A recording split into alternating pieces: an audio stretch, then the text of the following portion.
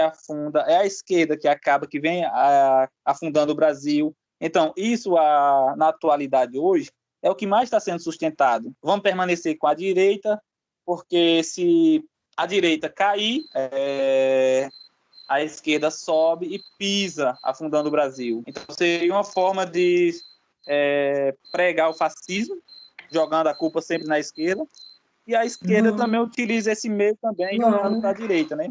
Não, eu não vejo que seja... Eu iniciei a gravação, mas também não tem problema se a gente der continuidade nisso aqui, não, nessas perguntas. Eu não vejo como um elemento fascista você atribuir responsabilidade a governo anterior, não. Agora, assim, me preocupo quando alguém diz eu quero aniquilar, assim, eu quero acabar. Professor, Tá? Oi. No caso, o que a gente vê relacionado ao que ele falou, também um ataque à imprensa, né? Ultimamente, esses últimos dias, né? Aos poderes, o STF, a imprensa, né? Isso é um tipo de coisa que foi feito lá atrás também, né? Tipo, Também. O que é que eu estou querendo colocar para vocês? Que não existe, não tem como a gente definir ou rotular. O rótulo é muito pesado. E cada categoria é uma categoria muito, muito distinta. Tipo, o período em que Lula esteve na presidência da República, teve um cara que se debruçou só a estudar isso, um cara chamado Eduardo Singer, lá da USP de São Paulo, né? Professor da USP. E o Singer, ele cunhou um termo chamado lulismo. Então, o termo lulismo, ele acabou categorizando o período que Lula esteve e ele acabou extraindo características do governo de Lula. Então, assim, o que é que eu estou colocando para vocês? Que muito provavelmente lá na frente a gente vai estar falando em um governo Bolsonaro, em um bolsonarismo. Mas isso, assim, são categorias próprias. A gente não tem como rotular. Ele pode pegar um elemento ou outro, pode existir um são só elemento ou indícios, outro. né? Indícios, assim, por longe, Pode né? ter um elemento ou outro, mas rotular eu acho muito pesado, entendeu? Eu acho muito pesado dizer, Bolsonaro é nazista, Bolsonaro é fascista. Isso pesa muito. Ele tem outras características bem peculiares, são bem próprias dele e que vão ser objeto de estudo da ciência política. E alguém vai dizer, olha, o bolsonarismo é caracterizado por isso aqui. Professor, Mas você rotular ele como nazista, como fascista, você vai depender da flexibilização desses conceitos. A gente pode entender que existe um modo de operar fascista, em que ele não vai se adequar integralmente ao conceito, mas ele vai se comportar de forma muito parecida. Então, o modo de operar, ele vai se aproximar ou não. Agora, rotular, eu tenho muita reserva. Foi isso que eu quis citar. Que ele não é isso, entendeu? Igual, vamos supor, Hitler. Mas a forma que ele tenta impor no que ele fala, seria mais ou menos o que Hitler sustentaria, entendeu? Porque ele prega que seria mais viável uma ditadura. Então, ele se rotularia quase igual a um Hitler futuramente. Mas deixa eu só fazer uma distinção. Uma ditadura é um regime autoritário, mas pode não ser totalitário. Deixa eu só repetir isso. Uma ditadura é um regime autoritário, mas pode não ser um regime totalitário. Deu para entender aí? Porque a gente vai ter uma série de ditaduras ao longo do último século aí, mas não necessariamente elas são regimes totalitários. O que é que o pessoal entende que são regimes totalitários? O stalinismo, o nazismo, o fascismo. Essas categorias políticas, essas formas de governar politicamente, elas pacificamente são enquadradas como totalitárias. Já outras garantias, como a de suprimir parcialmente direitos e garantias políticas, direitos civis, direitos políticos, eles já se enquadram dentro de regimes autoritários, que pode ser uma ditadura, mas não necessariamente é um regime totalitário.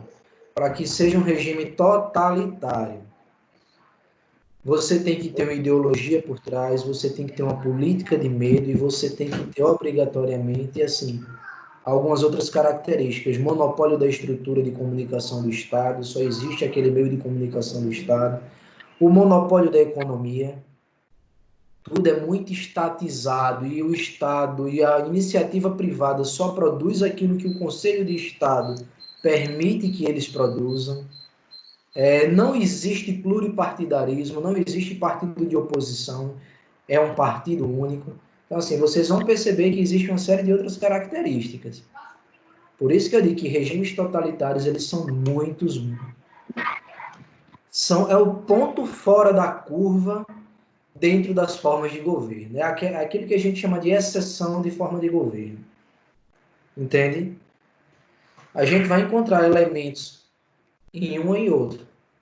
A gente vai encontrar elementos dentro de qualquer governo. Elementos mais autoritários, elementos mais ditatoriais, elementos pouco democráticos ou semidemocráticos ou ditatoriais. Aí, meter um rótulo assim é pesado demais. Meter um rótulo fica mais para disputa política. Ah, é fascista, ah, é não sei o que lá. Deixa para Ciro Gomes, né? Mas eu vejo algo interessante, tipo, o rótulo de que o Brasil vai virar comunista. O rótulo de que o comunismo vai invadir o Brasil. Quem tinha essas frases de efeito era Hitler. Você está entendendo? Hitler tinha essas frases de efeito. Ah, a Alemanha vai virar comunista. A gente tem que se defender dos comunistas. Essa preocupação com o regime político que ele rotula como infernal, como demoníaco, como totalmente ruim, face daquilo que ele entende que é ideal, a gente viu nas eleições. A gente viu e via falsa equivalência, tipo, o Brasil vai se tornar uma Venezuela. Ele escutou isso nas eleições? Vai para Cuba. Alguém escutou isso nas eleições? Então, assim, a necessidade de se construir uma plataforma política com base no rótulo, em uma propaganda de que alguém não presta, de que a gente vai se tornar aquilo que não presta se a gente... É uma política de medo. Agora, não equiparo essa política de medo a uma política de medo semelhante à política de medo nazista. Eu acho muito diferente. Professor? Fala que eu te escuto. Não é programa da Universal não, mas pode dizer. Não, aí. Tá bem distante a voz. Quem é que tá falando? Alexandre. Alexandre, fale mais próximo do microfone, próximo do computador, do celular. Ah, pronto. Dá para ouvir? Agora? Melhorou um pouco. Melhorou um pouco? Melhorou muito, tá 100%. Pronto. Falando nessa política de medo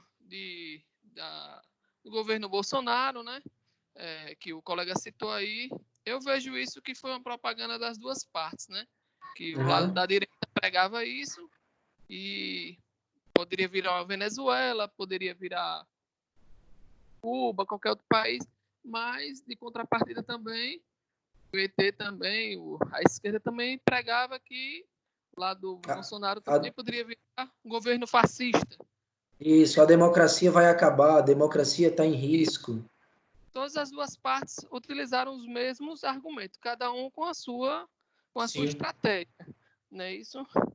Mas teve alguns pontos que, quando o senhor estava citando ali de governo totalitário, e eu lembrei de algumas partes do governo Temer.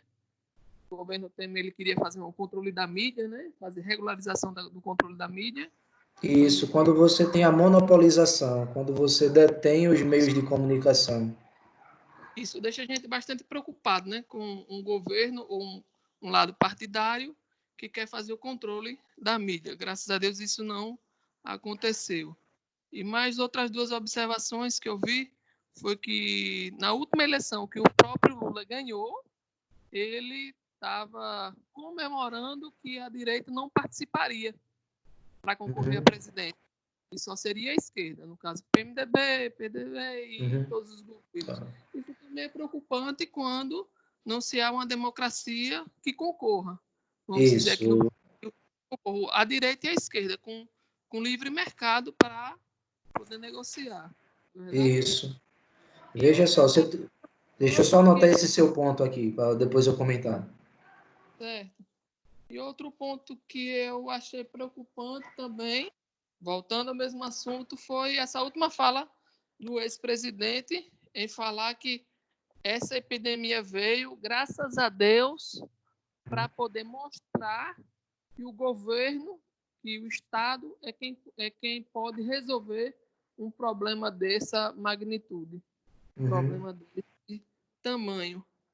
Aí são 3 trechos que, quando o senhor estava falando ali sobre totalitarismo, eu anotei e vi essas 3 observações que eu achei bastante também preocupante. Não que o lado da direita também não deixe a gente preocupado, também deixa, mas foram mais falas, né? E no caso do Temer, ele realmente quis entrar, e o de Lula foi mais comentários, né? E Sim. Sobre a situação.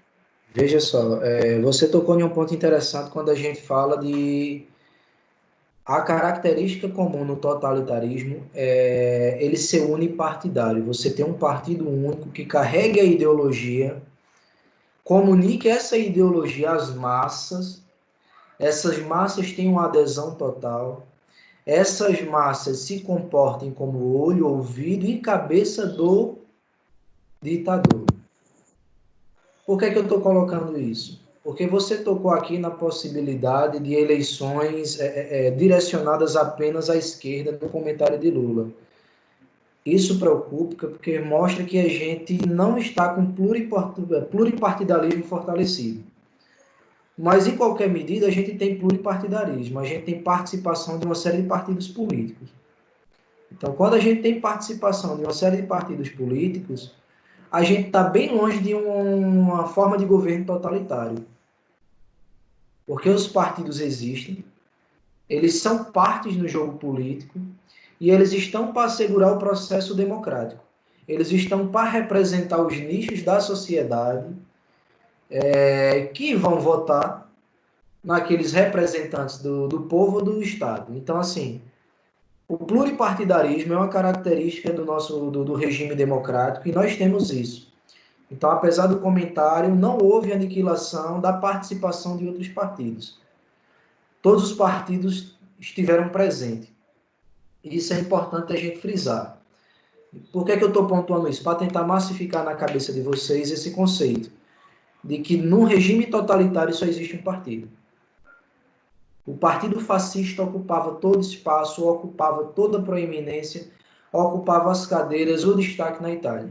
O partido nazista de igual modo. E por que eu estou colocando isso? Porque vai chegar um momento de que mesmo que exista oposição, essa oposição ela não pode fazer oposição, ela não tem participação. Então, no regime totalitário, quem pensa diferente não pode agir diferente, porque ele é morto ou é preso. Na democracia, não. Na democracia você tem vários partidos políticos e todos eles vão ter voz, todos eles vão ter representantes, todos eles vão ter verba, vão ter tempo de TV. O que é que a gente tem? A gente tem adequações de tempo de TV e de verba relacionadas à representação que eles têm no Congresso. Hoje em dia a gente tem algumas adequações. São as cláusulas de barreira de participação. Mas ainda assim a gente assegura o pluripartidarismo.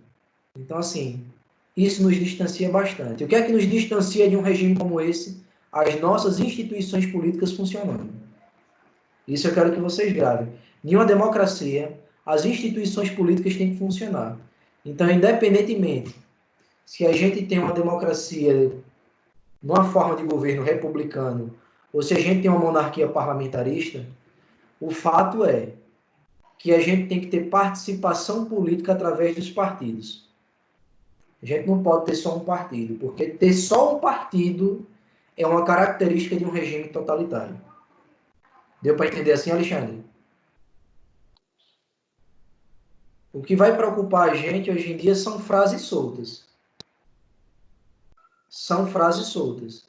O fato de você dizer, olha, não haverá participação, como Lula disse, não haverá participação da direita no governo do PT. Vamos colocar em 2008, 2004. Isso preocupa bastante, porque mostra que ele não tem uma percepção legal da democracia. Nenhuma democracia consolidada, nenhuma boa democracia, O ganhador, ele governa para ganhadores e perdedores. Em uma boa democracia, em uma democracia consolidada, em uma democracia de alta qualidade, o eleito, ele governa para ganhadores e para perdedores. Porque ele é o chefe de governo e chefe de Estado. Ele, na condição de chefe de governo, governa para quem ganhou, para quem votou nele, assim como ele governa para quem perdeu. Essa narrativa de que vai governar para a maioria pensa assim que é assim, é um equívoco. Quem perdeu tem que aceitar a derrota e se comportar como oposição em um processo de fiscalização. O perdedor, o primeiro passo dentro do processo eleitoral é fazer o quê? Aceitar que perdeu. Aceitar que perdeu. É aquele aceita que dói menos. Aceitar que perdeu, mas fiscalizar, né? Mas fiscalizar. A oposição, ela vai ter esse papel de fiscalização. Ela não pode ter o papel de empecilho para a governança. Porque você tem uma política de governo que pode ser adequada para o país. A oposição não pode ser oposição por mero capricho. Não pode, vou votar contra, só para ver a bagaceira. Ela não pode se... Não poderia fazer isso. Né? Isso, não poderia fazer isso. Isso. Não poderia fazer isso, porque assim, quem sofre com a falta de implementação de política pública, quem sofre com a falta de solução de um problema público é o povo. Então, o que é que eu estou colocando naquilo que você falou ainda a respeito da possibilidade de aniquilar o oponente, ou de não ter participação? O perdedor ele pode não ter participação no governo, dentro dos ministérios, ou ganhando secretaria no governo municipal ou estadual. Mas o perdedor tem um papel de aceitar, permanecer dentro do jogo político fiscalizando. Isso é básico dentro de uma democracia. No totalitarismo, não. No totalitarismo, eu quero a aniquilação da oposição. Quem pensa diferente tem que ser morto. Quem pensa diferente tem que ser preso. Aí me preocupa, sim, o fato de alguém implementar uma política pública, que é uma política pública, eu não vou entrar no mérito dela, mas o fato de alguém implementar uma política pública e alguém chegar e fazer um comentário em uma reunião ministerial dizendo que seria bom que após o término da pandemia prendesse todos os prefeitos e governadores. Esse pensamento não é um pensamento democrático. Esse pensamento é um pensamento mais que totalitário. Agora, eu não posso rotular Damares de fascista, não posso rotular Damares de nazista, mas é um pensamento antidemocrático, pouco republicano e mais alinhado a uma perspectiva ditatorial e totalitária. Onde eu quero prender o meu opositor, onde eu quero aniquilar o meu opositor. Esse pensamento não é um pensamento adequado na República. Não é um pensamento adequado para o regime democrático. Dá para entender nessa perspectiva, Alexandre? Dá sim. Tranquilo. Beleza? Beleza. Alguém tem mais alguma pergunta? Eu vejo que quando vocês perguntam, a aula rende um pouco mais. Eu sei que tem gente cansada. Hoje é São João, né? Hoje é São João na Bahia. Não sei se é São João em Sergipe, em Alagoas. Aqui o governador do estado antecipou São João. Então hoje, dia 25 de maio, é São João na Bahia. Aqui tá tendo toque de recolher. Não tem fogueira nem nada, não. Passou das 8 e vai pro xadrez. Pois não, Genivaldo? Hélio. Grande Hélio.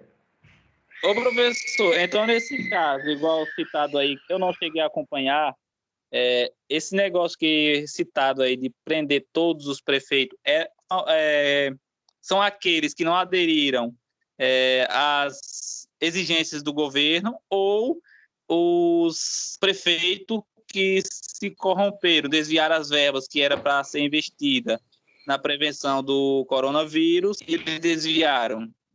No contexto, ela estava relacionando a política de isolamento e aos possíveis excessos desse isolamento, como a prisão de uma mulher em Sorocaba, Piracicaba, no estado de São Paulo, e o fechamento de uma loja no Ceará. Então, estava relacionada a violação dos direitos humanos.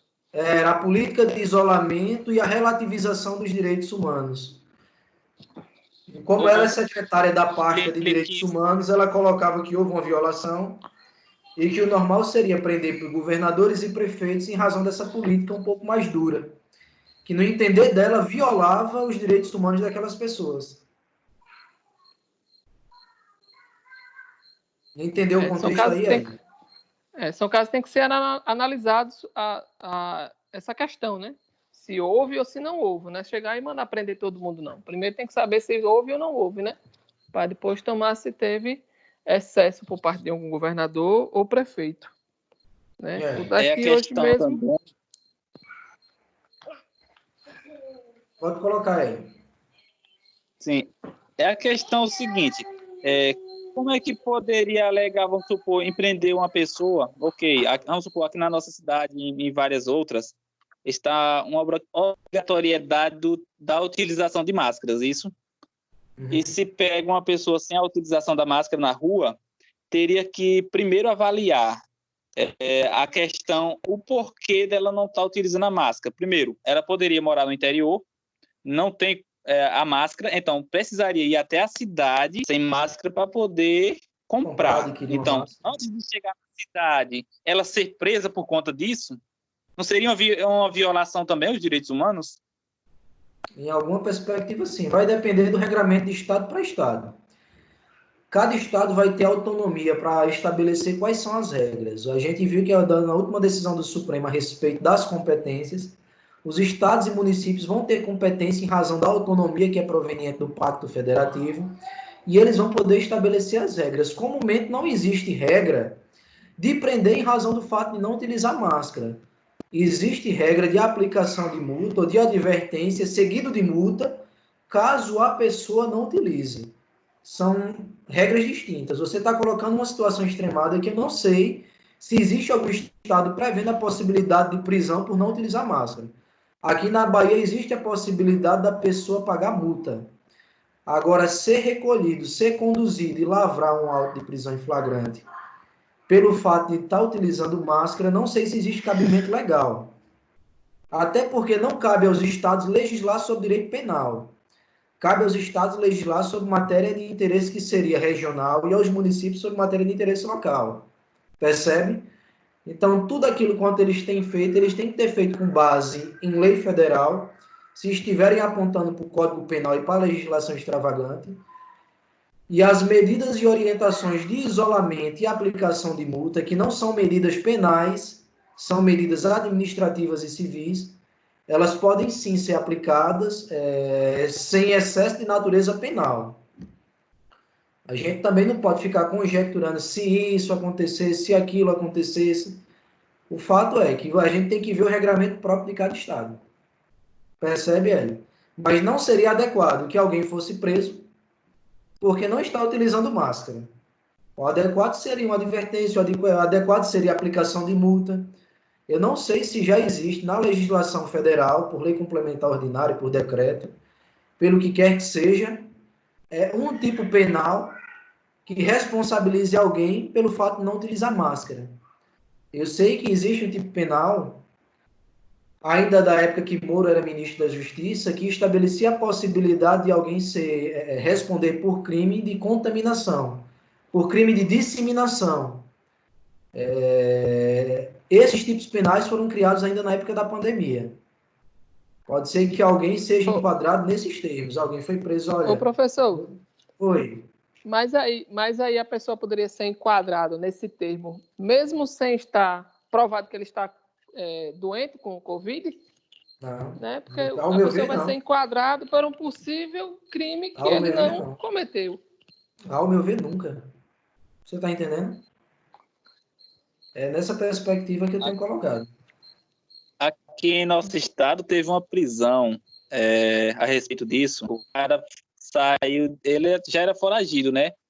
Que na verdade ele já era um foragido, foi diagnosticado com Covid-19. Ele saiu de uma cidade, se eu não me engano, foi de Itabaiana e foi para um interior aqui do nosso estado. E foi denúncia anônima, foi localizado ele em casa de parente, porque ele violou o isolamento social que ele deveria estar. Então, eu não acompanhei o caso de perto, mas acredito que ele tenha sido preso por conta disso e responder criminalmente. Ou não. Veja só, não. É porque mesmo se ele estiver... Eu acho que ele foi preso pelo fato de ter sido foragido, simples. Mas se ele estava com Covid, se ele estava com Covid-19 e estava preso e saiu, ele vai cumprir aquilo que a gente chama de prisão domiciliar. A prisão domiciliar, por meio de uma resolução, se eu não estiver enganado, é a resolução número 63 do Conselho Nacional de Justiça, que foi publicada em 18 ou foi 19 de março de 2020. Essa resolução número 63 estabelece que aqueles que se encontram em situação de risco, os que tenham comorbidades, os que tenham disposição a pegar a doença e possivelmente não resistir, desde que se encontre em presídio que se encontra superlotado, tenha comorbidades, ele tem o direito de estar preso em regime domiciliar. Ele vai ficar preso em regime domiciliar pelo prazo de 30 dias, podendo ser prorrogado por mais 30. Então veja o que é que eu estou colocando para você. Ele poderia estar preso, saiu para domiciliar, mas não ficou no domicílio que ficou determinado na prisão domiciliar. Nesse caso, ele pode voltar a ser preso novamente, mas não é pelo fato de que descumpriu e estava passeando com Covid ou não Covid. É pelo fato de que ele tinha que estar preso no domicílio que ele indicou. Entende, José? Deu para entender? Sim, entendi. Então, Deu. se ele não estava no domicílio indicado, que consta lá no Sistema de Execução Unificada do Conselho Nacional de Justiça, antes de sair ele indica, você está saindo, você vai para domiciliar, qual é o seu endereço? Vou para a casa de minha mãe, fica lá perto da Pio Décimo, na rua tal, bairro tal. Ele vai indicar tudo certinho. Se por algum motivo descobrirem que ele não está lá, ele vai estar rompendo, ele vai estar quebrando com a prisão domiciliar. Ele vai perder o benefício da prisão domiciliar e ele volta para o regime fechado. Então, pode ser que o cara tenha sido preso nessa perspectiva, por descumprimento da domiciliar, da prisão domiciliar, pelo simples fato de estar foragido, não pelo fato de estar com Covid ou não Covid. Percebe qual a diferença? Eu não conheço o contexto, estou só dizendo. Sim. Depois eu vou procurar aqui e te envio depois. Beleza. Vejam só. A gente ainda vai ter essa concepção do conceito de totalitarismo desses dois jovens aqui, ó, Carl J. Frederick e... Que nome, viu, gente? Que nome, pelo amor de Jesus. Não tem nem condição de ler um negócio desse. Mas na concepção desses professores, eles vão entender que o totalitarismo é um conjunto de traços característicos que podem ser encontrados no regime. O conceito deles é um conceito procedimentalista. O conceito deles vai se pautar por um procedimento, por características que podem ser encontradas em um regime totalitário. Então, nessa perspectiva, diferentemente da professora Hannah Arendt, que coloca que o totalitarismo, a partir de um conceito finalístico de transformação da natureza humana, da conversão dos homens em reflexos ou de feixes da recíproca reação do seu ditador, eles vão colocar aqui que totalitarismo seria um conjunto de traços característicos comuns naquele regime totalitário. E eles vão elencar aqui 6 traços comuns, 6 características. O que é que a gente vai perceber? Que Hannah Arendt já colocava algumas dessas características. Hannah Arendt vai colocar que a política do medo ou uma política de terror é uma característica principal. Assim como também a ideologia. Discorre sobre a personificação do líder, sobre o líder concentrar todos os poderes, mas ela não coloca como elemento de composição do conceito de regime totalitário. Já esses autores aqui, eles vão colocar as seguintes características. Primeiro, a ideologia. A ideologia oficial. A perspectiva de um ideal radical pelo qual todos devem lutar e seguir. Então, comumente, dentro de um regime, você vê pessoas apaixonadas ou radicalmente apaixonadas que dificilmente vão enxergar qualquer tipo de defeito na liderança que tem. Então, a ideologia oficial vai ter esse papel de doutrinar, de ensinar os liderados a pensarem da mesma forma que o seu líder.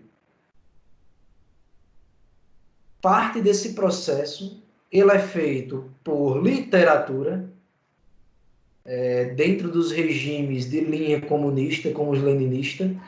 Ele é feito através das obras de Marx, que é uma obra de caráter racional e universalista, e tem um parâmetro historicista.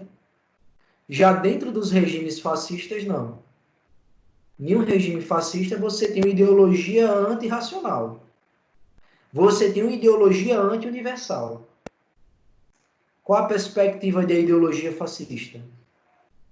É de buscar um ideal passado mítico que nunca teve, apontando para os perigos que estão por vir, em razão desse inimigo imaginário que existe, ou real, mas é um inimigo criado, não é um inimigo em potencial, para que uma política de medo se instale e uma ideologia seja colocada na cabeça do povo. Então, assim como Benito Mussolini conseguiu impregnar esses ideais, assim também fez Hitler, colocando uma espécie de política de medo dentro da ideologia, colocando uma espécie de medo constante para o povo, e o povo passou a aderir de forma radical, de sorte que não enxergava nenhum tipo de defeito na pessoa do seu líder. Então, isso é bastante comum. Uma pessoa que tem uma adesão ideológica, dificilmente ela vai enxergar uma verdade, ainda que ela seja bastante evidente. Dificilmente você vai conseguir enxergar um defeito, ainda que ela seja bastante evidente, aquele defeito. Então, era nessa perspectiva de você ter um ideal radical a ser perseguido, que esses autores estabelecem como primeira característica do regime totalitário. O regime totalitário vai se caracterizar por uma ideologia radical, por pessoas radicais seguindo um líder. E assim, comumente, o que é que a gente tem? A gente tem uma comunicação de massa. A gente tem uma linguagem em que ela alcança várias camadas da sociedade. Então, é muito interessante quando você pega Mussolini falando para os camponeses italianos do sul, de onde ele era proveniente, e ele conseguia se comunicar com essas pessoas, assim como também ele conseguia se comunicar com a classe letrada, onde ele disse que reproduziria Roma novamente na Itália. Com quem é que ele está se comunicando? Ele está se comunicando com a classe média, com a classe burguesa, que estava nas grandes universidades, que lia a literatura filosófica de Roma na época, e que tinha saudade daqueles tempos áureos. Então, perceba aí, ó, como o próprio Mussolini, impregnando sua ideologia, conseguia se comunicar com as várias parcelas da sociedade, tentando forjar o quê? O ideal de nação italiana. Então, assim, a ideologia, ela é parte dentro desse processo de um regime totalitário, e a gente vai ver a impregnação dessa ideologia, tanto no nazismo, como no leninismo, como no fascismo. Isso fica bem perceptível. E a gente também percebe que as pessoas que estão aderindo, elas se comportam de forma muito radical. Escutando o podcast que eu vou sugerir para vocês, vocês vão perceber que dentro da Itália de Mussolini, quando os fascistas ou quando os camisas negras começam a se apresentar à sociedade italiana, inclusive como partido político, eles passam a perseguir aqueles a quem Mussolini também atribui como um grupo a ser combatido, que eram os comunistas. Então, os comunistas também são perseguidos lá e são combatidos lá. Então, os camisas negras visitavam as aldeias ou visitavam as comunidades em que os comunistas estavam, e eles convidavam os comunistas a saírem de suas casas, e eles convidavam sob o pretexto seguinte, ó, ou você sai ou a gente vai tocar fogo na sua casa. Então, se você não sair de dentro de casa, a gente vai tocar fogo e você vai ficar aí dentro e vai morrer. A gente só quer conversar com você. Então, quando os comunistas saíam de dentro de casa, eles ou apanhavam, ou eles saíam para ser humilhados, saíam para ser urinados e defecados, e saíam também com as suas literaturas. Eles pediam as literaturas comunistas. Então, O que é que os camisas negras ou fascistas faziam? Eles pegavam os comunistas e humilhavam como forma de quê, gente? De aniquilar uma possível oposição. Veja que é parte desse processo de um regime totalitário, uma tentativa constante de aniquilação da oposição. Assim como a gente colocou que ciganos, judeus, eu coloquei um outro grupo nos nazistas. Não estou me recordando. Ciganos, judeus e comunistas. Ciganos, judeus e comunistas se apresentavam como um potencial a ser combatido e a ser eliminado, assim também fez Benito Mussolini, ou fazia mesmo antes de Hitler na Itália. Então perceba que uma das características de um regime totalitário é o quê? A tentativa constante de aniquilação da oposição. É uma tentativa constante de calar a voz da oposição. Então, assim, dentro de um regime democrático, você pode até divergir da oposição. Agora, você querer silenciar, você querer aniquilar, você querer acabar com o partido político ou com as pessoas que pensam na perspectiva ideológica daquele partido já não seria tão razoável. O que é que eu estou colocando? Que dentro de uma democracia a gente admite divergência, a gente admite embate político, mas a gente não pode admitir uma tentativa de aniquilação da oposição. Então, a oposição se faz necessária, inclusive para os fins de fiscalização. Se você pretende aniquilar aquele que possivelmente se apresenta como um risco à sociedade, como um risco à existência de uma Itália ideal, como um risco à existência de uma Alemanha ideal, ou como um risco à existência de um Brasil ideal, a gente pode estar pensando de forma equivocada, pode estar pensando de forma totalitária. Perceba que a ideologia ela vai carregar esses perigos. Porque a ideologia ela vai carregar consigo a tentativa de colocar na cabeça do povo uma política de medo. Uma política do nós versus eles. Nós somos bons. Nós somos cidadãos de bem. Nós merecemos direitos, porque o direito está para aquele que é direito. Ou o direito está para quem direito anda. Não sei se você já ouviu essa frase. Então você retira o direito da condição humana e coloca para uma condição, para uma categoria que você estabeleceu como ideal. Na Alemanha, a categoria de cidadão ideal era a categoria ariana. Na Itália de Benito Mussolini, era um sentimento nacional em busca dos ideais passados. Então, o que é que a gente devia resgatar na Itália? A gente devia resgatar a Itália do passado, onde a gente tem o homem como herói da nossa sociedade e a mulher como matriarca ou como mãe desses futuros heróis.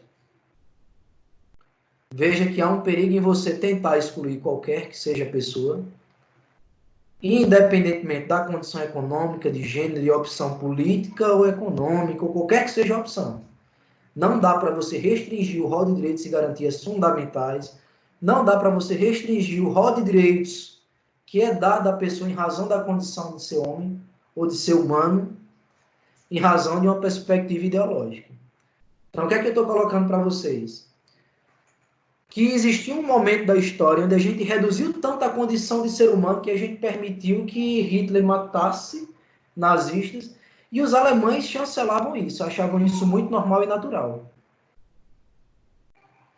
Mussolini invadiu uma série de países na África, Etiópia, entre outros, tentou invadir o Egito, tentou invadir a Grécia, pela simples perspectiva de que a nação italiana era superior a qualquer outra.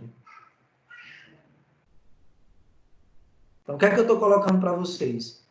Que dentro da ideologia existe uma definição de um grupo que merece e outro que não merece. Dentro da ideologia existe um grupo superior. Um grupo a quem é titular de direitos e outro não. Um grupo que vai aderir, quem não aderir não merece o respeito, não merece inclusive a vida. Então a ideia de aniquilação do diferente, ela vai partir da formação do pensamento ideológico. Eu sei que eu estou assim, falando bastante, mas é mais ou menos nessa perspectiva que eu quero que vocês entendam o que é a ideologia oficial dentro de um regime totalitário. A ideologia ela vai partir do pressuposto de que existe alguém diferente e que o diferente tem que ser aniquilado. O diferente ele tem que ser expurgado. O diferente, ele não merece a existência. Percebe qual o perigo de você carregar uma política totalitária? Que você começa a estabelecer categorias de pessoas que prestam e pessoas que não prestam. Para Hitler, judeus não prestavam. Daí surge a concepção e o conceito de antissemitismo, que seria ojeriza, nojo aos judeus. Hoje a gente vai ter categorias bem mais contemporâneas. Tem gente que tem ojeriza, tem gente que tem nojo, e a gente vai ver uma série de grupos assim a negros. Você vai ver desdobramentos de um pensamento nazista ou de um pensamento de uma raça superior ariana lá nos Estados Unidos, com a KKK, com a Ku Klux Klan. Você vai ver pensamentos de um apartheid ou pensamentos de uma superioridade branca lá na África do Sul, com o apartheid. Então, assim, perceba que existem categorias. Com Hitler, foi a percepção de que quem era judeu não existia problema em ser exterminado. Nos Estados Unidos, em algum momento da história, existia a perseguição a pessoas que eram negras, simplesmente em razão do tom da pele. Você vai ver muito isso na Carolina do Sul. O sul dos Estados Unidos ele é muito carregado por esse tipo de coisa. De você ter um pensamento de inferioridade em razão da condição e da cor da pele. Ô, Que era professor, Pois não, pode colocar quem é. Alexandre, Ah, para mim não perder. Nesse caso do governo totalitário, a culpa, pode-se dizer assim, é da população, da sociedade, que vai se deixar se induzir pelo idealismo partidário ou de governo e deixa com que faça a cabeça de todos e assim deixando com que esse governador, esse presidente, qualquer que seja, põe em prática o seu idealismo e a sua vontade. veja Posso dizer que só. um pouco culpa da sociedade? Em parte sim, em parte não. Vou lhe explicar, porque existe um contexto. Eu acho que foi o José Hélio, ou foi o Genivaldo, que apontou um contexto, ou foi o Cláudio, apontou o contexto alemão, da Do época em pós-guerra, né? que surge o nazismo. Ele surge no pós-guerra. É um Pós-guerra. processo complicado socialmente, é um momento complicado socialmente. Politicamente, porque a República de Weimar não deu certo.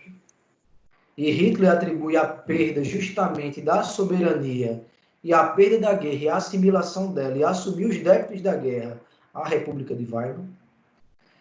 Assim como também o momento econômico era complicado. Então você vê um momento de complicação social ou de convulsão social, um momento de convulsão política e um momento complicado economicamente. Então o que é que o povo estava? Perdido. Surge alguém propagando que tem um caminho, que tem uma rota de correção de rumo. Então, não dificilmente essas pessoas não estariam aderindo. Porque ele vai propagar algo bom. Eu consigo tirar você dessa situação de falta de emprego, de pobreza. Eu consigo tirar você dessa situação de inércia. Eu sei a quem devo combater. Eu vou combater os judeus, que é quem tem concentrado riqueza. Eu vou redistribuir essa riqueza. As pessoas vão ter acesso a recursos, vão ter emprego. A Alemanha vai voltar a ser soberana novamente.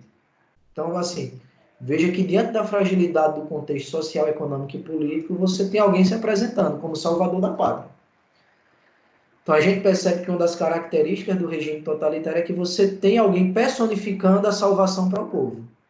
A figura de um Messias. É uma figura meio messiânica. É a figura de um salvador.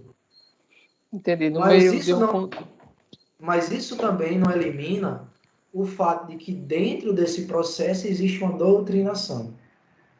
As pessoas passam a interiorizar, passam a entender. Por quê? Porque à medida que esse organismo, que esse totalitarismo vai tomando de conta do Estado, ele vai fazer o quê? Vai monopolizar as fontes de informação. Então você só recebe informação que o governo quer que você receba. Então você não vai ter condição de pensar diferente. A adesão ela vai ser implícita. E quem pensa diferente, o que é que acontece? Está aqui embaixo. Ó. Quem pensa diferente vai sofrer o terror e a perseguição de um sistema policial. Esse sistema policial ele provém tanto da fonte do Estado, que o Estado vai ter um organismo organizado, vai ter uma estrutura de organização, de perseguição e de fiscalização da oposição, mas ele também vai vir, inclusive, de quem? Dos olhos e dos ouvidos do ditador. Os olhos e ouvidos do ditador pode ser qualquer um. Pode ser qualquer do povo. Então, o que é que a gente vai perceber? Que qualquer do povo que tenha aderido à ideologia vai começar a divulgar, olha, naquela casa existe um comunista, naquela casa ali existe um judeu. Tem uma série de filmes que retratam bastante isso. Não estou me recordando dos nomes aqui. Um filme lindo, lindo, lindo. Quando eu me recordar, eu passo para vocês.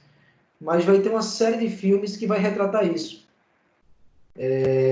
Essa mística de alguém que protegia uma camada social ali, protegia judeus, ou protegia ciganos, ou protegia alguns comunistas, mas que tinha alguém que era os olhos e o ouvido do ditador e acabava denunciando. Por quê? Essa pessoa está impregnada de ideologia. Essa pessoa é um radical que aderiu àquele regime. A adesão muitas vezes é ideológica, mas ela às vezes é forçada, porque você tem uma política de terrorismo policial, você tem perseguição. Então, ou você vai aderir e se silenciar, ainda que você não pense igual, mas você vai ter que ficar calado, entendeu, Alexandre? Que ou você fica calado, ou você morre, ou você vai ser preso. Dentro de um regime totalitário. Quem pensa diferente vai ser o quê? Aniquilado. Aniquilado. Quem pensa diferente vai ser aniquilado. Perceba só mais um atributo. Ele vai dispor não apenas do monopólio dos meios de comunicação, mas ele vai dispor de um monopólio absoluto partidário. Esse monopólio absoluto partidário ele se reflete no domínio de instrumentos modernos de luta, inclusive armada. Então, quem é que vai ter a possibilidade de ter arma? Um grupo insurgente? Um grupo que pensa diferente? Não. Quem vai deter os meios de possibilidade de combate à arma vai ser justamente o grupo de apoio. Tanto o grupo de apoio politicamente enraizado, como também um grupo de apoio paramilitar, ou paraestatal, fora da estrutura do Estado, mas que apoia a ideologia. Então, nessa perspectiva, assim, existe uma série de características dentro de um regime totalitário que vai apontar justamente para aquilo que a professora Hannah Arendt coloca como impossível, de que um regime totalitário ele seja extirpado da estrutura do Estado de dentro. O regime totalitário ele é acabado, ele é posto em seu fim, quando acontece um evento externo. Quando é que acaba o nazismo? Quando os vermelhos, quando as forças stalinistas da União Soviética adentram onde? A Alemanha quebrando com tudo. Um evento externo e não um evento de insurgência popular, de revolução do povo alemão insatisfeito com o nazismo. Perceba que de dentro do Estado não surge, ou não se insurge força necessária para acabar com o regime totalitário. Porque qualquer que se apresente como oposição, qualquer que se apresente como diferente, vai ser o quê? Aniquilado. Dá para entender nessa perspectiva, Alexandre? Deu sim, professor. Então veja, uma outra característica que a gente já discorreu bastante é a possibilidade de não existir pluripartidarismo, de não existir oposição, de não existir outros partidos políticos. Perceba que vai ter só um único partido, na época lá era o Partido Nazista, assim como existia também o Partido Fascista. Vocês vão perceber um negócio interessante quando vocês estiverem estudando a Constituição. A nossa Constituição ela vai vedar algumas situações. Ela vai vedar a possibilidade de registro de partido em caráter paramilitar. Ela vai vedar também a possibilidade de pessoas se apresentarem de maneira caracterizadas ou fardadas. Então, o que é que ele está querendo evitar aqui? Aquilo que aconteceu no passado.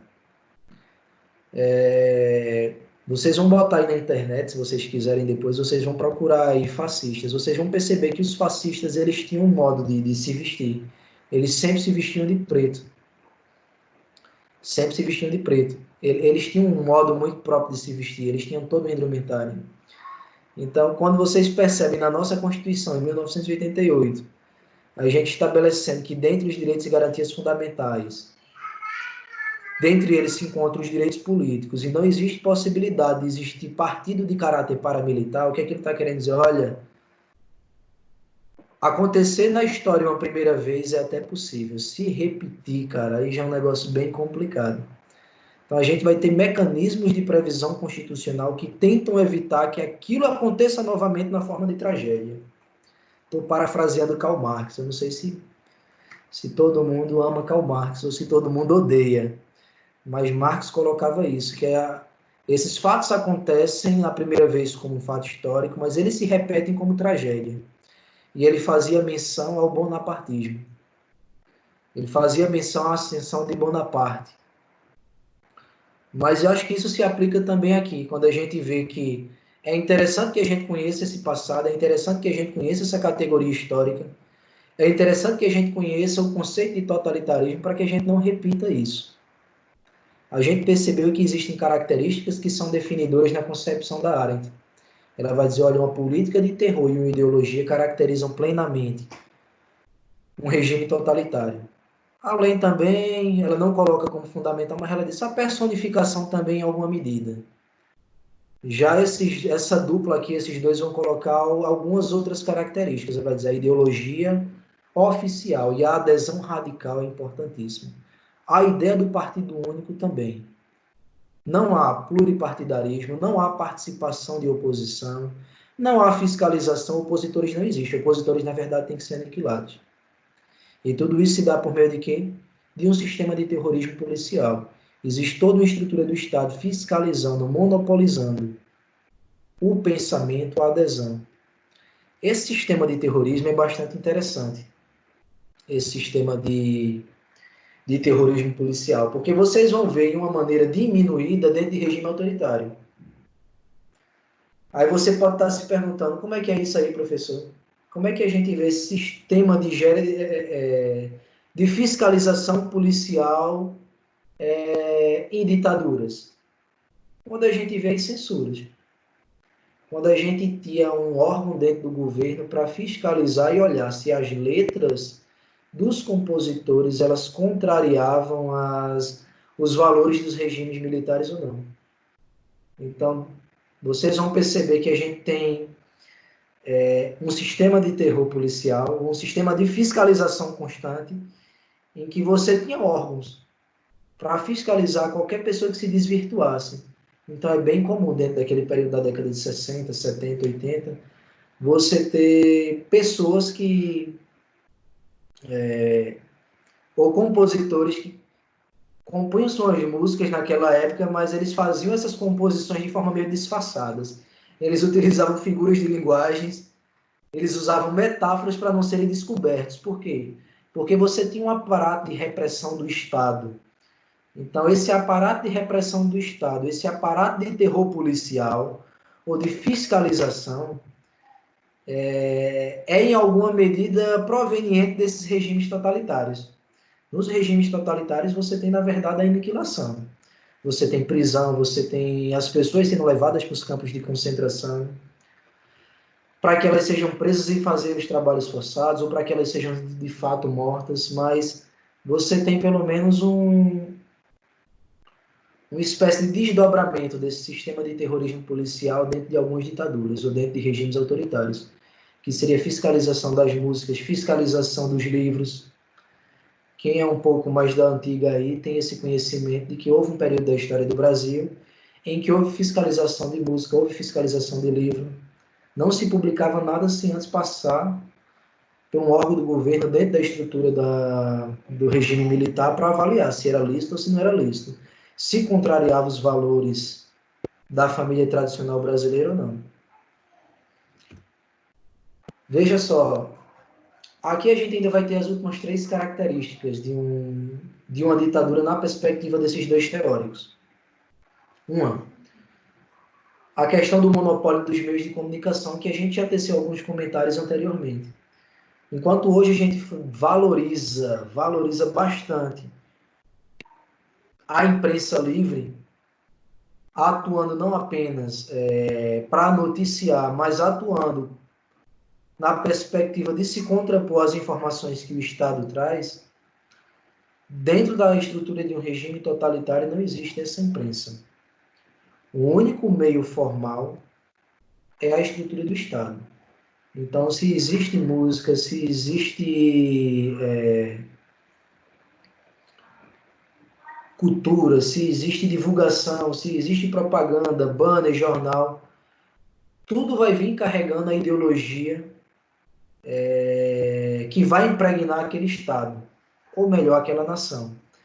Porque dentro de regimes totalitários há sempre uma perspectiva de se substituir a estrutura do Estado por uma percepção de nação.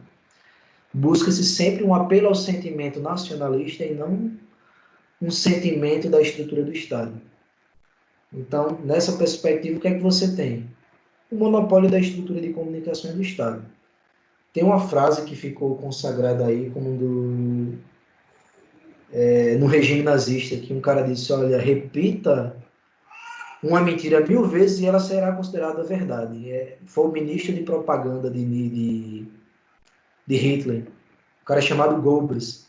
Goebbels, ele era a cabeça pensante da propaganda nazista. Ele fazia com que as pessoas entendessem a ideologia que estava por trás, assimilassem e aderissem.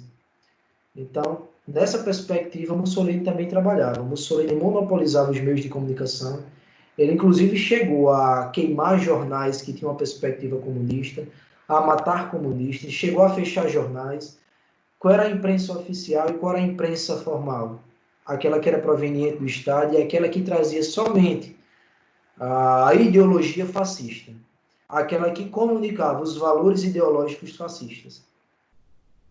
Então, quando hoje a gente vê alguém criticando, quando hoje a gente vê alguém desmerecendo os meios formais, a gente precisa ter algum tipo de reserva. É interessante que a gente observe que depreciar os meios formais de informação é depreciar em alguma medida a democracia.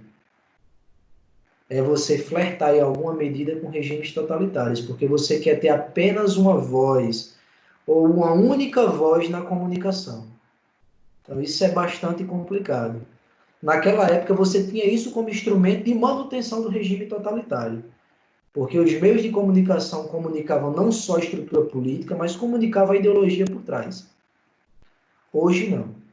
Hoje a gente tem várias redes de TV, hoje a gente vai ter várias plataformas de acesso à informação, inclusive informais que acabam se tornando, bem dizer, formais. Quando eu quero informação rápida hoje, eu vou para o Twitter. Sigo, lógico, algumas páginas de alguns jornais. Mas quando eu quero, eu vou para o Twitter. Eu não compro mais um jornal, eu não compro mais uma revista, eu vou para o Twitter. Eu vou olhar as páginas ou as pessoas que vão noticiar.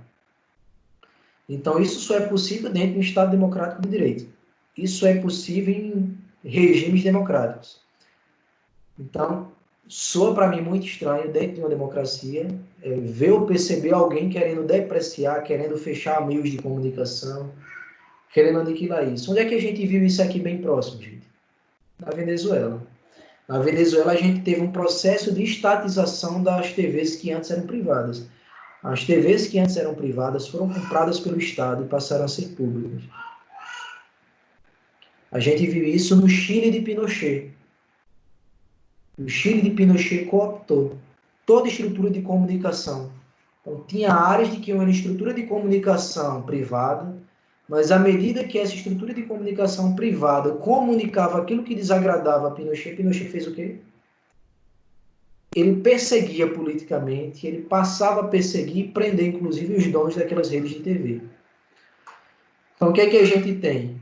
À medida que a gente tem comprometido meios de comunicação formal, à medida que a gente tem comprometido a possibilidade das várias vozes informando o que é que acontece na estrutura do Estado, a gente tem minado a democracia. A democracia, ela mina, a democracia, ela morre na percepção. Está me faltando aqui o nome do cidadão. Eu esqueci o nome do cara, do professor de Harvard. As democracias morrem à medida que os meios de comunicação formal elas são minados, são destituídos ou são cooptados, porque a imprensa livre vai ter justamente essa possibilidade de, em razão da sua independência, apontar os erros, apontar a corrupção, apontar a fragilidade da estrutura do Estado. Isso não é possível dentro de um regime totalitário. Dá para entender nessa perspectiva? Estou falando. Sim, dá. Beleza. Então, nessa perspectiva, a gente não pode abrir essa lacuna para que a gente mine ou retire a possibilidade de ter uma imprensa livre, porque uma imprensa monopolizada ou estrutura dos meios de comunicação pertencentes à estrutura do Estado é uma das características de regimes totalitários. Do partido absoluto ou da dominação dos meios de luta, é interessante a gente observar, e eu fiz esse comentário quando respondi o Alexandre, que comumente, nesses regimes, esses ditadores vão defender em alguma medida que os partidos políticos se sustentem inclusive por meio da coerção. Dominando, inclusive, se for necessário, de maneira armada. Então, vocês vão pegar aí na internet, vocês vão pegar aí nos livros, inclusive a defesa ou a possibilidade de armar parte da população, ou armar essa população que defende esses ideais, como uma forma de manter aquele regime totalitário, como uma forma de não se sujeitar a eventuais insurgências, como uma forma de não se sujeitar às regras do jogo e às regras de um jogo democrático e de direito. Então, independentemente do lado que você se encontre, se armamentista ou desarmamentista, em estados absolutos se defendia que para que o Estado, para que o partido se mantivesse no poder, se fosse necessário, utilizasse da luta armada, que assim se fizesse. Então, não é interessante hoje, ou pelo menos a gente vem definindo isso dentro das democracias, de que aquele que detém a força, ou o monopólio da força, seja apenas o Estado. Não seria interessante você armar, ou não seria interessante você estruturar o cidadão, ou qualquer que seja a pessoa, com o poder de armar-se.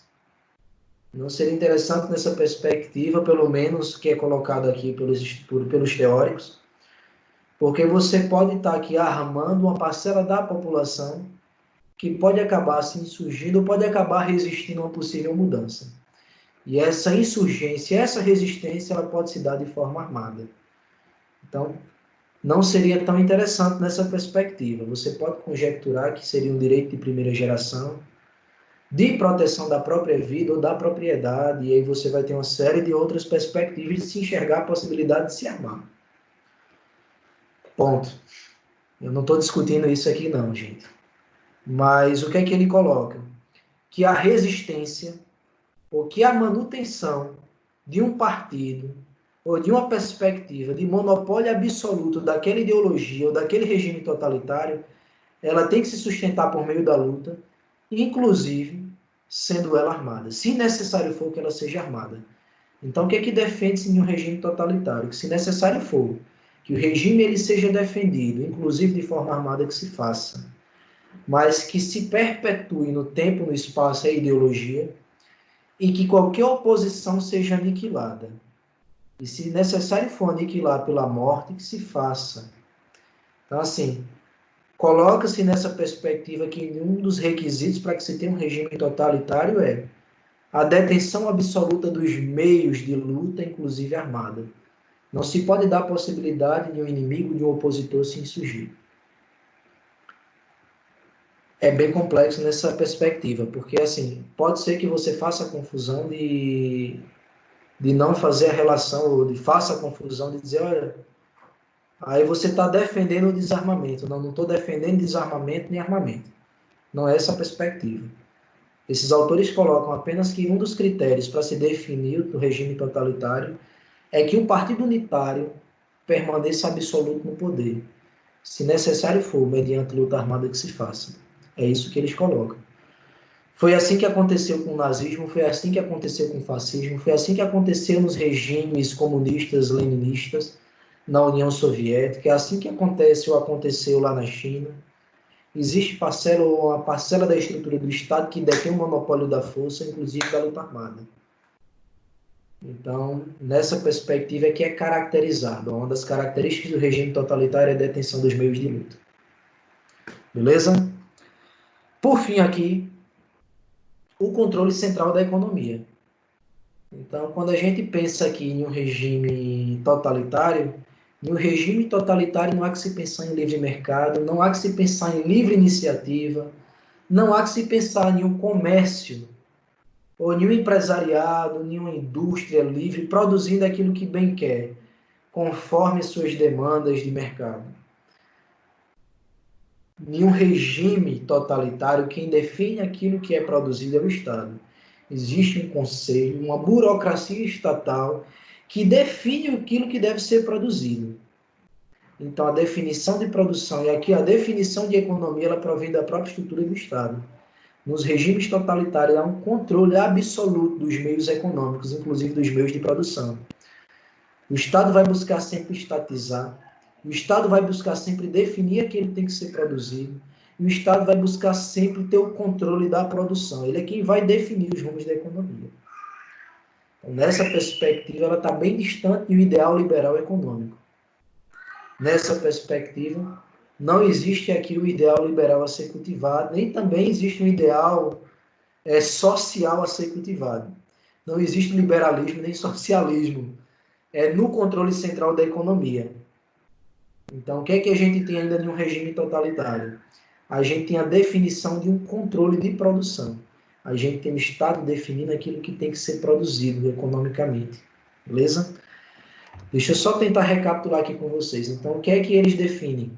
Como é essencial que existe uma ideologia oficial, que existe um partido único, que existe um sistema de terrorismo policial, um monopólio dos meios de comunicação, um monopólio absoluto partidário, que não permita qualquer tipo de insurgência de qualquer que seja a oposição, e que, inclusive, se for necessário se manter de forma armada no poder que se faça, e existe ainda um controle central da economia. Então, o que é que esses dois autores colocam? Eles colocam critérios definidores, critérios básicos, que definem aquilo que é um regime totalitário. Em alguma medida, eles flertam também com os conceitos da Hannah, com o conceito da Hannah Arendt, que vai colocar uma política de terror, que vai colocar aqui uma ideologia, mas eles acrescentam outros critérios aqui, aquilo que eles entendem que seria um regime totalitário. Beleza? Eu acho que aí tem como a gente resumir bem o que seria totalitarismo dentro dessas duas concepções clássicas. Em uma concepção finalística da Hannah Arendt e dentro de uma concepção característica ou procedimentalista desses dois professores. Alguém tem alguma dúvida, pergunta, quer contextualizar, quer provocar um debate, alguma coisa nesse sentido? Professor, Elisiane, não é dúvida não, mas a aula toda eu lembrei muito de um livro, A Garota que Roubava Livros, e é bem interessante porque vai contando a história da Liesel e vai retratando esse momento da Alemanha, o momento que ela desapareceu, sim, o pai dela desapareceu, ela foi adotada por outra família porque a mãe não tinha condições de criar e tal, e depois a mãe também sumiu. E vai mostrando a miséria, porque ela foi adotada por uma família pobre naquele momento. E tinha a família, a parte rica e a pobre. Ela foi adotada essa parte da cidade e tal, e mostra bastante aquele momento que eles estavam vivendo. E a família adotiva dela, eles... Deixa eu tentar lembrar aqui. As palavras, na verdade. Eles trouxeram, acolheram, esconderam, na verdade, um judeu dentro da casa deles. E foi, assim, bem difícil para eles naquele momento. E acabou que o judeu foi embora, depois foi pego também, mas é bem assim, a aula toda eu fiquei lembrando bastante desse livro, porque eu achei muito interessante mesmo, porque esse livro, ele retrata muito esse momento. Vejam só, vocês vão ter, assim, entender o direito, e aí já não, assim, não é um papel só meu. A gente vai trazer conceitos, vai trazer categorias, mas vocês vão perceber que entender o direito,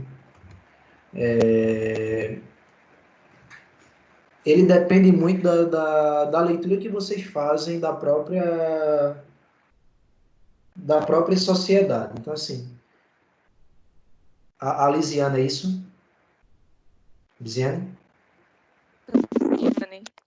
Isso, a Lisiane está dizendo que lembrou da aula, ou fez lembrar, a aula fez lembrar um livro que ela leu, a menina que roubava livros.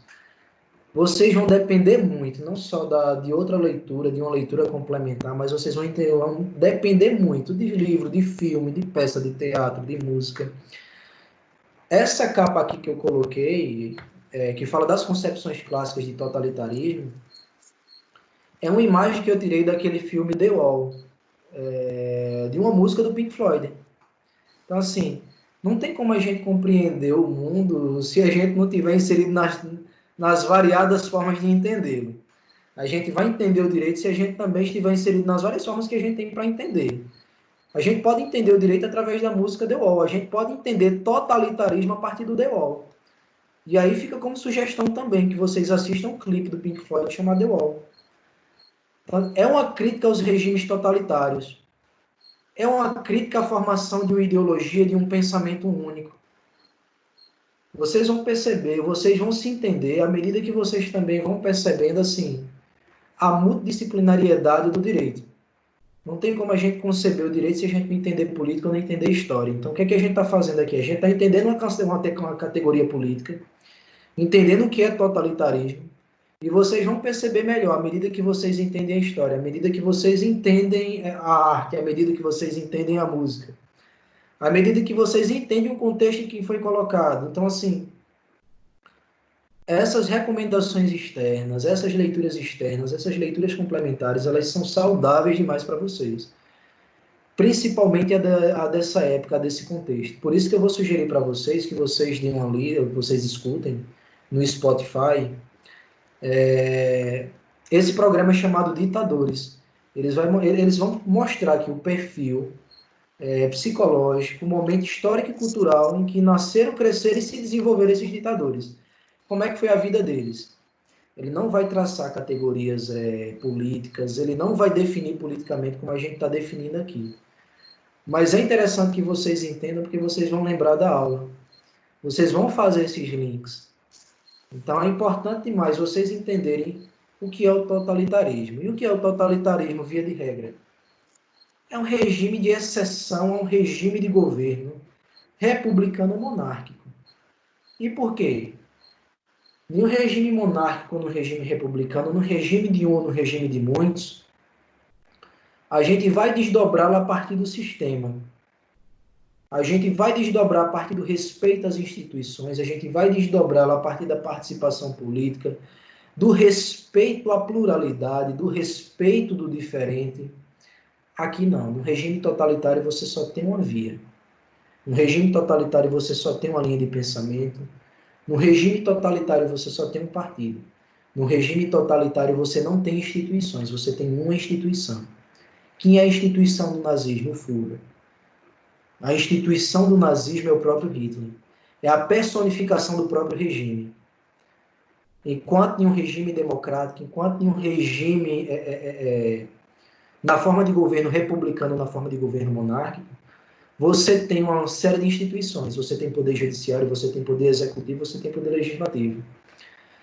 Em um regime totalitário, não. Você tem a concentração de todos eles. Então, dá para você entender à medida que você passa a ler. Dá para você entender à medida que você passa a ler a própria história. Dá para você entender à medida que você lê a ciência política, o direito. Isso vai ser uma base muito importante para vocês. Para que vocês peguem direito constitucional e fiquem rindo assim, poxa, entendo de boa aqui o que seria esse direito político que está me sendo dado aqui. Esse direito político, essa garantia que foi constituída aqui, na Constituição de 88, é proveniente disso aqui, olha. Reconhecer alguém e dar a ela dignidade pela sua condição humana, que é o princípio norteador e, em princípio, interpretativo da própria Constituição de 88, faz muito sentido para você, porque você sabe que você está em uma sociedade plural e que não é normal, não é aceitável que você ache normal a morte de um judeu porque ele é judeu. Você vai entender, você vai perceber que não é normal a morte de alguém porque ele é simplesmente negro. Você não vai aceitar com normalidade a morte de alguém porque ele simplesmente deseja se relacionar com uma pessoa do mesmo sexo. Então, por que é que eu estou colocando? Porque você vai ver que, como princípio interpretativo da própria Constituição, surge um valor universal, a dignidade da pessoa humana. A condição de ser humano, ou o direito humano, ela surge como um valor universal indispensável dentro de uma sociedade plural e global. Isso só é possível quando a gente entende que já existiram regimes totalitários e que a gente não quer repetir a história na condição de tragédia. Dá para entender nessa perspectiva? Nem eu, nem você, a gente está disposto a repetir a história na forma de tragédia. Então, por que é interessante a gente compreender essa história? Porque você não vai querer repetir o passado. Você vai ser um ferrenho defensor dos ideais democráticos. Você vai ser um defensor dos ideais republicanos. Você vai ser um defensor da liberdade de imprensa. Você vai ser um defensor do seu direito político de votar e de ser votado. Você vai ser um defensor de um direito e de uma garantia fundamental de ter acesso à informação, de ter acesso à saúde, de ter acesso à educação. Não tem como você entender o seu passado, conceber a quantidade de direitos que você tem, simplesmente pelo fato de ser humano, e você dizer que não quer eles. Dá para entender nessa perspectiva?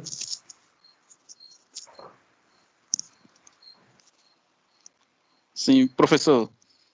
Fale. Professor.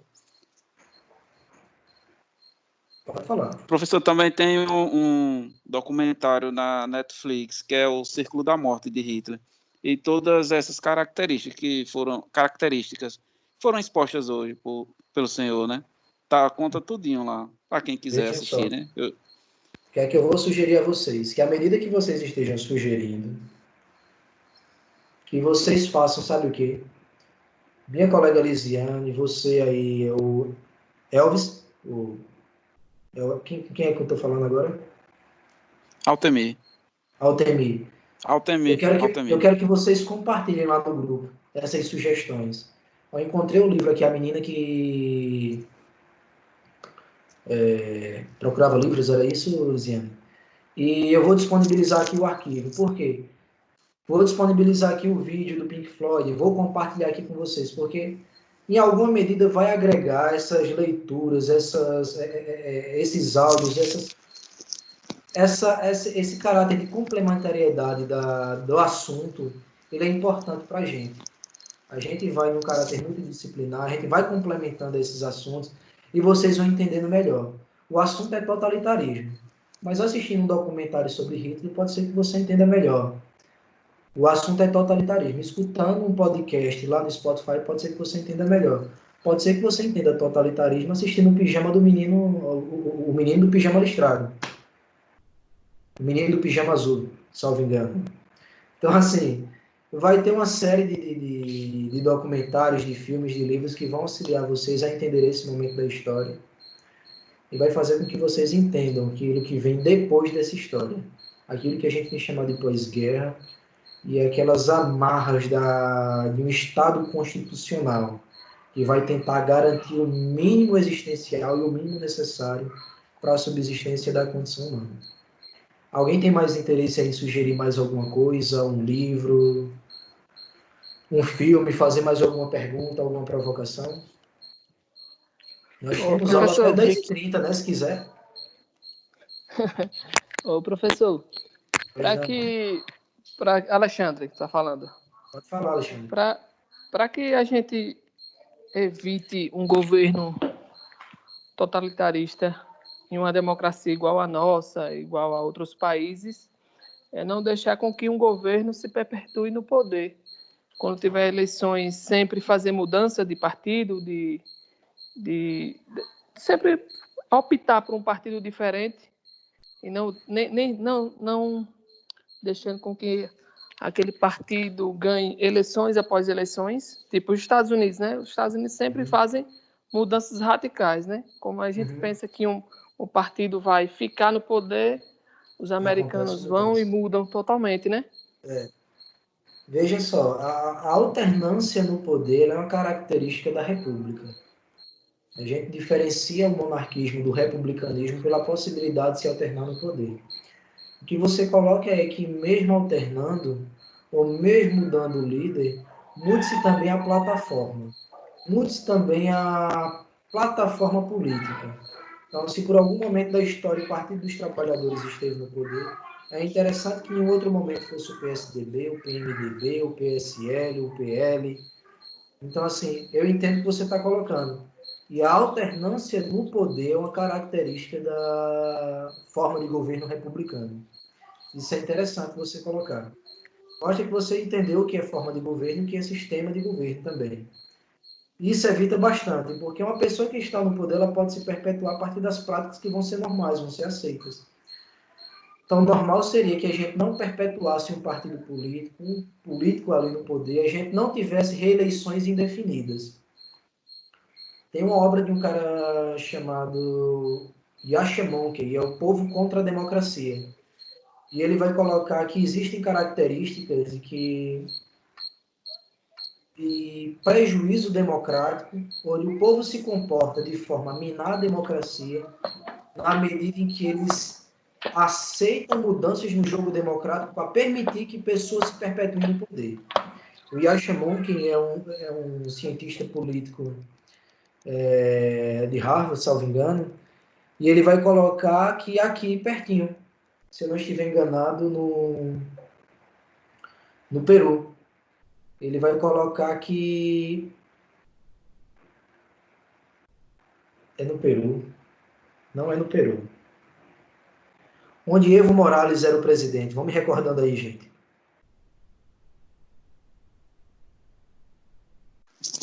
Na Bolívia. Na Bolívia. Na Bolívia, ele disse que Evo Morales ele teve reiteradas práticas de mudança do jogo democrático para se perpetuar no poder. Então, você percebe que uma das características do sistema republicano, ou da forma de governo republicano, é o quê? A alternância. Se existe um governante que quer permanecer no poder, mudando as regras do jogo, o que é isso? É uma quebra dos princípios republicanos, no mínimo. Isso vai minar a democracia? Vai também. Mas como é que Evo Morales conseguiu isso na Bolívia? Alterando a Constituição. E como é que ele fazia isso? Consultando a maioria. Então, ele tinha uma maioria na qual ele consultava e que a maioria dizia, não, pode mudar a Constituição. Mude a Constituição para permitir uma terceira reeleição. Ou então, mude a Constituição e diga que a Constituição é nova. Nessa perspectiva, você não está sendo reeleito, você está sendo eleito pela primeira vez. Porque existe uma nova ordem constitucional. E aí você pode, numa quarta vez, disputar uma reeleição. Então, o que é que ele fez? Ele consultava a população a respeito da possibilidade de alterar a Constituição, ele mudava as regras do jogo democrático e ele foi para quase 4 mandatos como presidente da República. Então, nessa perspectiva, como é que ele foi para os 4 mandatos? Consultando o povo. O povo alterando e permitindo. Era a totalidade da população? Não. Era a maioria. Nessa perspectiva, Yashamon que vai dizer que o povo estava jogando contra a própria democracia. Havia ali uma ditadura da maioria. E nem sempre você tem uma maioria participando politicamente consiste em ter qualidade da democracia. Então, o que é que a gente coloca? Que quem ganhou governa para ganhadores e perdedores. Quem perdeu tem que aceitar a derrota. Percebe? E tem que se manter nos níveis de fiscalização. A possibilidade de se alternar no poder é uma característica primais da República. A possibilidade de manutenção pode beirar o totalitarismo, o autoritarismo, o absolutismo. Não é normal e não é natural que a gente venha defender reeleições indeterminadas ou perpetuação do poder. Beleza, Alexandre? Entendido. Entendido, professor. Vocês vão querer finalizar agora? Ou vocês querem perguntar mais alguma coisa? Fique à vontade, viu, gente? Nossa aula é até 10h30, se quiser ir até 11, 12.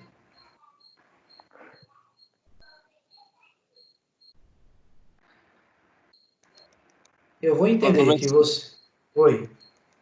Gisele, eu vou deixar para André. fazer uma pergunta para finalizar a gravação. Não, pode fazer, cara. Porque ela é voltada em outra área. Tem problema não.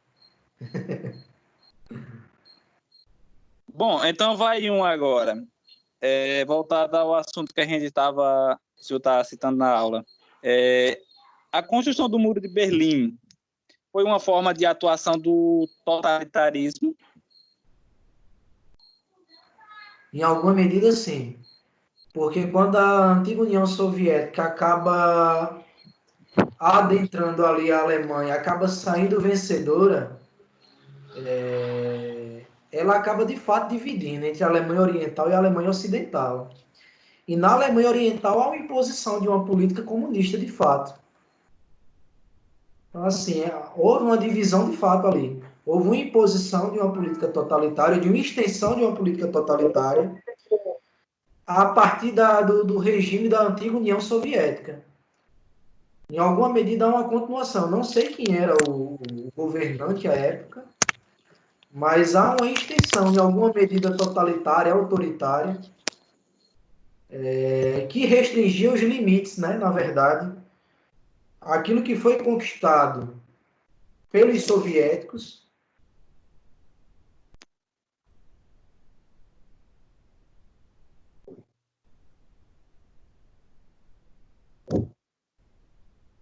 e tal, ficou por conta da própria Alemanha que perdeu a guerra. A gente só vai rachar isso aí lá em 80, né, na década de 80. Eu acho que a minha internet aqui está dando sinais de que está com problema. Estou com má qualidade na rede. Não sei se vocês estão me escutando ainda. Vocês estão me escutando? Sim. Professor. Sim. Então, assim, em alguma medida, a extensão de um regime ditatorial, não sei se a gente tem como enquadrar em totalitário, mas é um regime autoritário. No lado oriental, no lado da União, no lado comunista da coisa, lá na Alemanha, existia um regime próximo de um regime autoritário. Não sei se a época ainda se perpetuava ainda um regime totalitário, porque a gente vai definir regimes totalitários a partir de alguns expoentes, como Lenin, como o Hitler e a partir do Benito Mussolini. Beleza? Eu vou parar a gravação. Eu ainda vou dar aqui, abrir a oportunidade para mais duas, três perguntas, se alguém quiser. E após parar a gravação, quem quiser também ficar livre para sair, tá tranquilo. Beleza?